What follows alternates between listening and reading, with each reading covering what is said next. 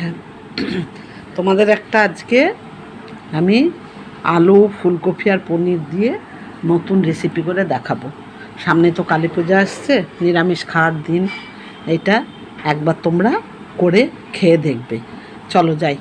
দেখো আলুটা কিভাবে কাটবো, ফুলকপিটা কত টুকরো করবো, পনিরটা কিভাবে কাটবো সব তোমাদেরকে কেটে এনে দেখাচ্ছি। দেখো আমার তরকারিটা কাটা হয়ে গেছে।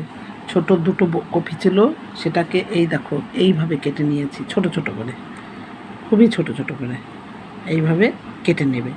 আর দুটো মাঝারি সাইজের আলু এই ছোট ছোটোভাবে কেটে নেবে, এই যে। আর পনিরগুলোও ছোট ছোট করে, এই যে পনিরের পিসগুলো একবারে ছোট ছোট হবে। এইবার আমি এইগুলো একটু জলে, গরম জলে একটু ভাপিয়ে নেব। আর তার মধ্যে টমেটোটাও দিয়ে দেব, ভাপিয়ে নেব একসঙ্গে। আর কিছুটা আদা, কাঁচা লঙ্কা আর জিরে তোমাদেরকে বেটে দেখাচ্ছি, পরিমাণ মতো জিরে দিয়ে। বাটিতে এটা বসিয়ে দিলাম গ্যাসের উপরে। এবার আমি এটা কিছুটা সময় ফুটিয়ে নেব, কারণ ফুলকপিগুলো এখন তো সবই সারের, এগুলো খেলে পেটে যদি অসুবিধা হয়, তার জন্য আমি একটু লবণ দিয়ে এটা ফুটিয়ে নেব। দেখো এই মশলাগুলো আমি দেব, তোমাদেরকে আগে দেখিয়েছি। কাঁচা লঙ্কা, আদা, এখানে দারচিনি, এলাচ, লবঙ্গ আর একটুখানি জিরে আর কিছুটা কাজু বাদাম, এই তিনটেকে আমি একসঙ্গে বাটবো, কিন্তু কাজু বাদামটা আলাদা বাটবো।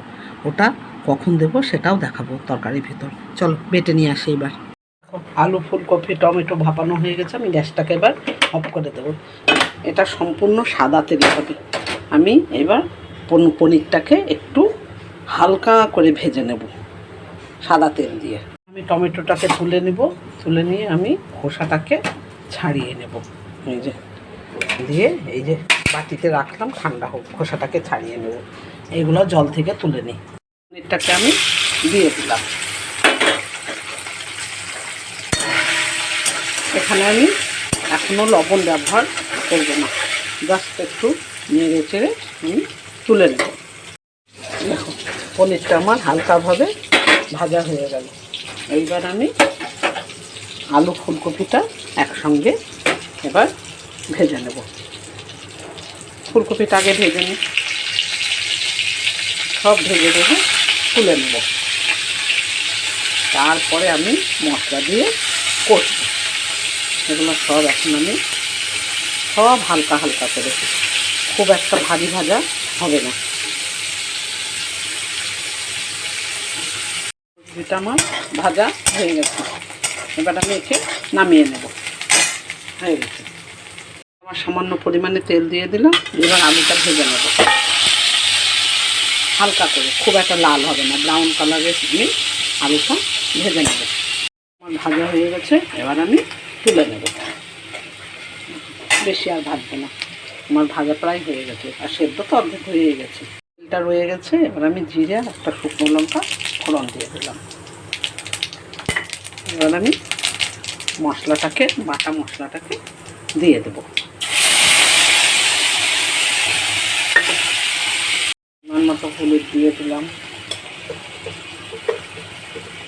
একটু লবণ দিয়ে আছে, অল্প করে লবণটা দিয়ে দিলাম। আর হচ্ছে এই যে সেদ্ধ টমেটোটা ছিল এর মধ্যে দিয়ে দিলাম। এবার আমি এটাকে নাড়াচাড়া করবো। এবার একটুখানি কাশ্মীরি লঙ্কার গুঁড়ো দেবো কালার হওয়ার জন্য। কাশ্মীরি লঙ্কার গুঁড়ো অ্যাড করলাম কালার হওয়ার জন্য। আর মিষ্টিটা আমি পরে দেবো, সেটাও দেখাবো তোমাদেরকে কখন দেবো।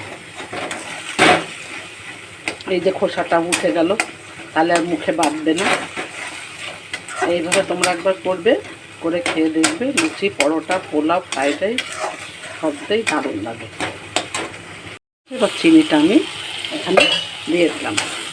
এবার আলু ফুলকপিটা আমি দিয়ে দেবো, দিয়ে এর সঙ্গে আমি কষিয়ে নেব। এবার ঢাকা দিয়ে একটু ভালো করে কষিয়ে নেব এই দুটো জিনিসকে। আঁচটাকে কমিয়ে দেবো, কমিয়ে দিয়ে ঢাকা দিয়ে আমি কষিয়ে দেবো। প্রথমে কষা হয়ে গেছে, এইবার আমি কাজুটা বেটে নিয়ে এসলাম, দিয়ে দিলাম। এইটা দিয়ে আমি অল্প একটু নাড়াচাড়া করব। আর এইদিকে আমি গরম জল করে রেখেছি। তোমরা চেষ্টা করবে সবসময় যে কোনো তরকারিতে গরম জল দেওয়া, তাহলে তরকারির টেস্টটা 4 গুণ বাড়িয়ে দেয়। গরম জলটা আমি দিয়ে দিলাম পরিমাণ মতো। এটা একটু মাখো মাখো হবে তরকারিটা।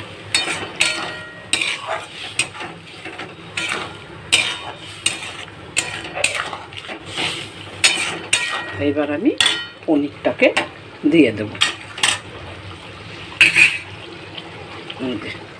পনিরটাকে দিয়ে দিলাম, আঁচটাকে একটু কমিয়ে দিলাম। এবার আস্তে আস্তে এটা হতে থাকে। দেখো প্রায় আমার হয়ে এসছে, আর একটু ফুটলেই হয়ে যাবে। সব কমপ্লিট হয়ে গেছে। নামানোর আগে আমি একটু শাহি পনির মশলা দিয়ে নামিয়ে দেবো। ব্যাস, এবার আমি ঢাকা দিয়ে দেবো। গ্যাসটা অফ করে দিলাম, এবার একটু ঢাকা দিয়ে দমে রেখে দিলাম। কী হবে বলো তো, এটা একবারে মাখো মাখো হবে। কফিগুলো যেন গলে পনিরের গায়ে, আলুর গায়ে লেগে যায়, তবেই খেতে এটা টেস্টি হবে। তোমরা একবার হলেও ট্রাই করে দেখবে। যদি ভালো লাগে তাহলে আমাকে কমেন্ট করে একটু জানিও। ঠিক আছে, এবার আসি।